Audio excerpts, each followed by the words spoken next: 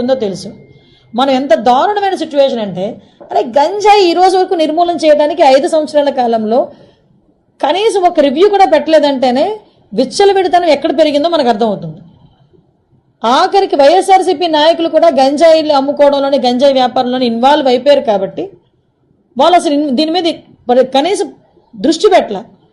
ఏమండి, చింతపల్లి నుంచి జీమాడుగల్ నుంచి అటువైపు నుంచి అదేవిధంగా మనకి ఒడిశా నుంచి ఇలాంటి మల్టిపుల్ ప్లేసెస్ నుంచి మనకి గంజాయి సరఫరా అవుతుంది.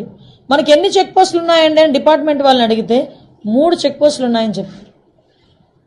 3 చెక్ పోస్టులు ఉన్నాయి. ఎందుకు రాదండి లోపలికి?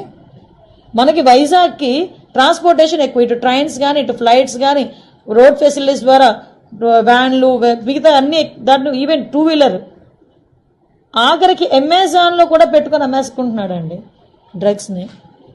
కర్రీ లీవ్స్ అని పేరు చెప్పుకొని అమ్మేసే పరిస్థితి